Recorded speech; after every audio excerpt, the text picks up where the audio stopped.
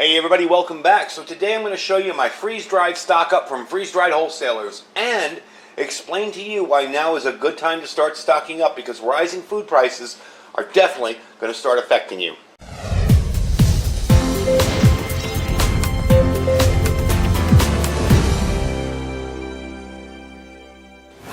Alright everybody, welcome back. So today I wanted to kind of do a little explaining as well as a little demo of some of the newer stuff that I'm going to be trying out from freeze-dried wholesalers here. But the first thing I wanted to explain to you is why rising food prices are going to affect you and what you can do to kind of prevent getting stuck in the high cost of food. One of the things you can do is to stock up. One of the companies I've been using lately is freeze-dried wholesalers. I have been really enjoying their food. And as you can tell, I got quite a big selection here. We're only going to try 3 of these today because other ones we've tried in the past and we've used. I'm sure you guys remember my freeze-dried chicken breasts when I did the chicken parmesan and the pork when I did the tacos. And so anyway, we're going to kind of go through these 3 over here on the end. But I want to explain to you why things are happening, because I think it's a good idea to know why things are happening. And that way, you can kind of understand what's going on and what you can do to prevent getting stuck with really, really high food prices, or even the possibility of not being able to afford food. So the first thing we're seeing is a shortage of raw materials. These are basically core goods that make up other things. That's leading to shortages in things like food, rope, medicines, steel, of course, copper, corn, microchips. If you've wondered why you can't get your latest and greatest electronics, that's why. Wheat, and lumber. You've seen the price of lumber go through the roof. So what this is going to do is affect every single sector of our market, from rice to meat to gas to water. You name it, it's going up.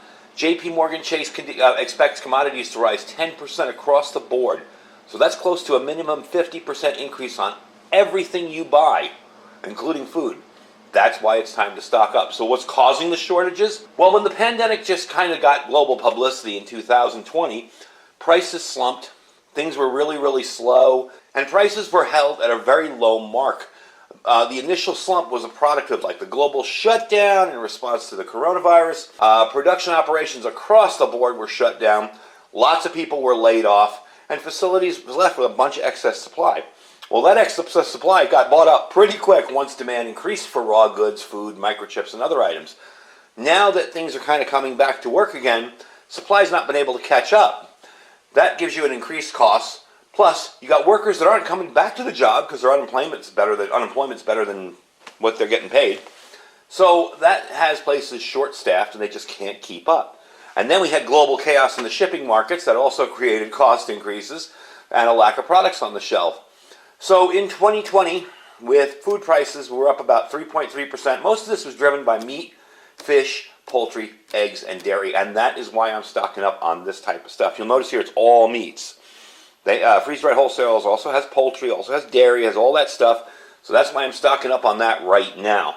We also have to remember, too, that last year in March, when the federal government declared an emergency, many people, as we saw, stocked up on everything, including groceries, and began cooking at home instead of eating at restaurants. So this escalated the demand for food-at-home type stuff, you know, steaks, meats, burger, that kind of stuff. Exports and imports were disrupted as countries closed their border. And food chains were pretty much constrained, so you had a much lower supply. And we saw that in March when some of you went into your store and it wasn't just the toilet paper they were out of. They were out of everything. I have a video locally here that somebody produced. I would roll it in, but I don't have his permission to use it. I mean, I haven't asked, but I don't have permission. It's a video of my Walmart, you know, the one I go to, and there is nothing. I mean, he's walking down the aisles with the frozen food, and there's nothing in those cabinets. He's showing the meat aisle, and there's nothing in the bins or the meat aisle. So we already saw that happen. So this is one of the reasons why I'm stocking up on stuff before the price really gets too crazy. So that's what you can do. You can start stocking up on stuff. And as I always say, if you can't afford this stuff, I understand. Go to the store, stock up on canned chicken, stock up on Spam, canned beef, whatever you can get, fish, tuna, all that. Stock up on it now before it gets too late. So we're going to talk about the 3 items we're going to try out today.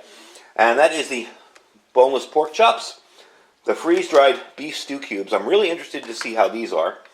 And the freeze-dried chicken patties with duck fat. So let me get that all set up, and I'll bring you back and show you what it tastes like. All right, we're all set up here to do some cooking. Again, I'm just going to be seasoning this very, very lightly. I'm not going to be adding a ton of seasoning to it, just some salt and pepper for taste. I want to see how each of these taste just plain as they are. Now, the ingredients on all of these are pretty much the same. Boneless, skinless chicken, duck fat, sea salt, natural flavors. Contains vegan-fed chicken, no animal byproducts, no antibiotics, all natural. So there's no junk in any of these. They are all really, really plain, simple food. And that is best for storage. I know we were used to, growing up when I grew up, stuff that lasted a long time had a ton of chemicals and preservatives in it. You don't really need that when you freeze-dried, and that's one of the nice parts about it. So the first thing we're going to start off with is one of these freeze-dried chicken patties. I'm going to cut open the bag here. I like to cut these open because I do reseal them, and I intend on using them. So if I rip them, I make a mess out of them. Just how I've always been with these. I'm not good at opening them up. So there we go. I'm going to give you a look at what they look like, just plain. And I'm just going to make one today. There you go. It feels like styrofoam. It's really funny. We are going to hydrate this first. So we're going to dip it in some water. And I do have a plastic container over here that I'm just going to pour some water in. And I reuse these plastic containers all the time. They're really handy. These water bottles all the time. I just refill them with tap water. So we're going to rehydrate that. I'll bring you back when that's rehydrated. We'll fire it up and see if we like it. So in the interest of saving us some time, this is going along pretty good here. It's starting to get soft. I'm going to hydrate everything ahead of time. So I'm going to show you the beef, because I do want to show you this stuff before I actually hydrate it. And again, this stuff is super lightweight.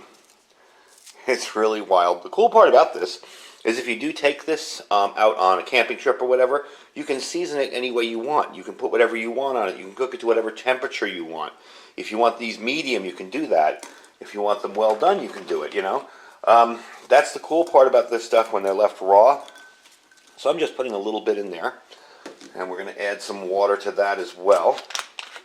And hydrate it. And there really is no specific right or wrong way to hydrate these. You just stick them in water till they're soft to the texture you like. The smaller stuff will hydrate quicker. And then we're going to do the pork chops. Open that up, show you what it looks like unhydrated. Keep my wet hands off the chop. There we go. There's a small one there, a small piece. We'll get you a big piece. There's a decent sized pork chop. And they are uncooked as well. So again, you can season those any way you want. You're not going to get that out of some freeze-dried entree, that's already made up. So having the ability to cook it, season it, any temperature you want, any flavor you want is really, really cool. Let me dump that in here and hydrate these. So instead of waiting for all these to hydrate all at once, I'll bring you back when they're done. I figured we'll do them all at once instead of waiting for each one to hydrate individually is what I meant to say. We will do these all at once here. And I'll bring you back and we'll start cooking them off and tasting them and see how they taste. Alright, so the first thing that's fully hydrated, the beef cubes, the stew cubes. I'm going to take a little coconut oil. You can buy this in the dollar store, by the way. 100% pure refined. I use it with my titanium pans because I find it sticks less. And depending on the season, it will either be liquid or solid. Once it gets a little warm, it melts rather quickly. But there's nothing wrong with it if it becomes a solid again. It's perfectly fine. So we're going to try this out. I'm going to fire up the stove here.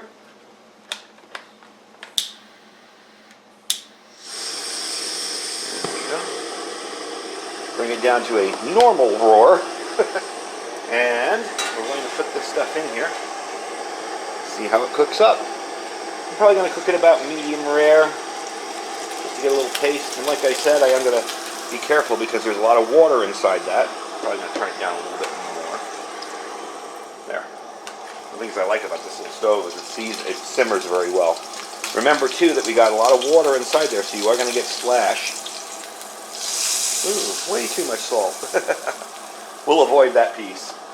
Alright. Mix it around a little bit. Okay. Put it back on there. Kind of got to keep it moving around a little bit because I don't want it to splatter everywhere. But we're going to see how that comes out when it's done. Alright, looks like it's done. I have my pork over here, so we're just going to take this piece up here. Give you a close-up look at it. And yeah, titanium pans tend to burn a lot. It comes right off, but kind of annoying when you're cooking. We're going to try this piece here. That is good.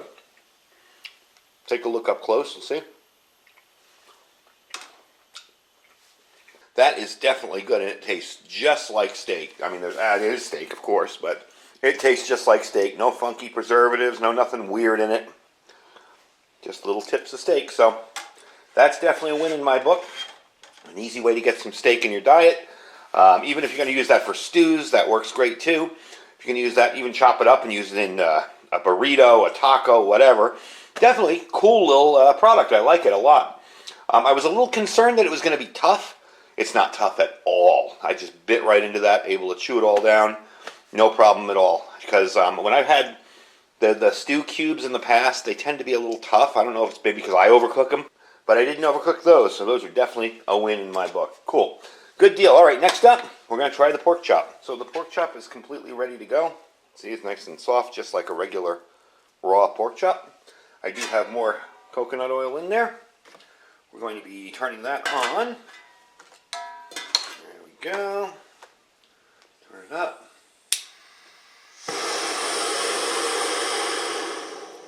And of course we don't want to cook it that high. There you go. I'm going to let that heat up a little bit. And again, this isn't the most ideal way of cooking these things. A lot of times it's a lot easier to cook it on a burner, a big burner, where the heat's a little more evenly distributed. But you may be cooking these in less than optimal conditions, so that's why I use this. Okay, that looks pretty good. Let's drop the pork chop in. And remember, these are pretty filled with water, so if you're going to use any kind of oil or grease or whatever, they are going to spatter a bit. But there you go. So I'll bring you back when that's fully cooked, and we'll taste test that one. All right, so the pork chop's all done. I wanted to let it sit for a minute. We're going to try it out and see how we like it. Get that off there. And yes, I did clean that in between. For those of you who worked in the food service industry, like, you put raw food on there. Okay, there's a nice chunk in the middle. Take a look at it, see what it looks like. That is good. It does need salt and pepper because remember, it's just plain food. But the taste on that is right on the money. So that's definitely a winner. Definitely a winner there. All right, last up, the freeze-dried chicken patty with duck fat. It is fully rehydrated. And that's what it looks like rehydrated. I'm going to let it drip a little bit, drain off. And we're going to fire it up. Okay, we got the pan good enough, nice and warm now. I'll get most of the water out of that and drop it in there.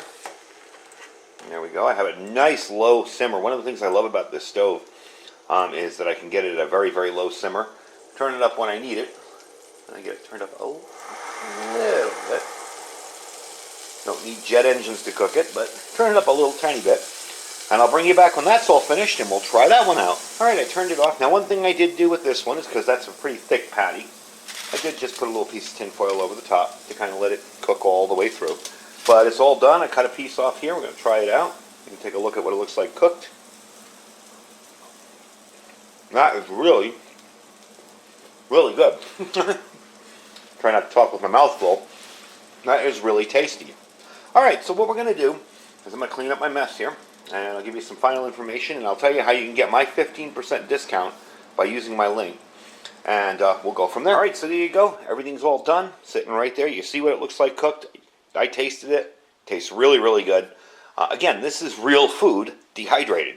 There's nothing fancy in here. There's nothing built in there to make it preserve for another 100 years or something. The 25-year shelf life, decent bag integrity, so you keep the bags in a cool, dry place. And I'll quickly give you a rundown on prices. So, to start off with, the freeze-dried, boneless, uncooked pork chops, $34.65. Okay, and that is without the discount. You'll get the discount when you click my link. The freeze-dried freeze-dried chicken patty with duck fat is $42.20. Now that's a third pound of uncooked chicken patties, dehydrated. So that's equivalent to like a 10-ounce freeze-dried. It's 10 ounces of freeze-dried food with about 6 or 7 chicken patties in there. It's packed by weight, not count. So that's about 2.5 pounds of fresh chicken patties in there. Lastly, believe it or not, the steak's the most inexpensive stuff. The freeze-dried uncooked beef stew cubes is $32.10 here. And again, all these prices are without my 15% discount that you'll get. That each cube will weigh about 4 ounces of fresh beef when hydrated. That's more than 2 pounds when you're hydrated of fresh USDA choice top round beef stew cubes. So Good deal. Are the prices up a little bit? Yeah, they're up a little bit, but you can save a little bit of money using my link. We want to get in before something like that becomes $60 or $80 or, you want to get in now before this happens. And like I always say, if this is way out of your price range, do yourself a favor, go to the store, buy yourself canned food. Buy yourself some canned proteins, some meats. That's what's going up the fastest right now. That's 4.4% since last year. So we definitely want to get you stocked up. And however you stock up, it's cool with me. I mean, I show you this stuff as an option. I'm not one of those channels that says you have to buy this or you're going to die. I show you it as an option so you can see what's out there. Anyway, my link for this will be down below. You just click that link and you'll automatically save 15%. It'll be reflected in the prices on the site. Once you click that link, you add it to the cart, check out, you're good to go. Anyway, folks, I thank you for watching today. I thank you for sitting by as I cooked everything, and I hope you enjoyed the video. Don't forget to let your folks know about this channel. We're almost at 100,000 subscribers, and I want to have a 100,000 subscriber giveaway when we get there. So let's get bumped up there so we can get that giveaway going. If you like the video, it helps us out a whole lot. Anyway, folks, don't forget to check our other links down below. Our Amazon affiliate store, our My Patriot Supply, which is preparewithiridium.com, and our Thrive Life freeze-dried food. Whatever fits your need for stocking up right now, this is a good time to do it. Anyway, folks, thanks for watching. Stay safe and stay prepared.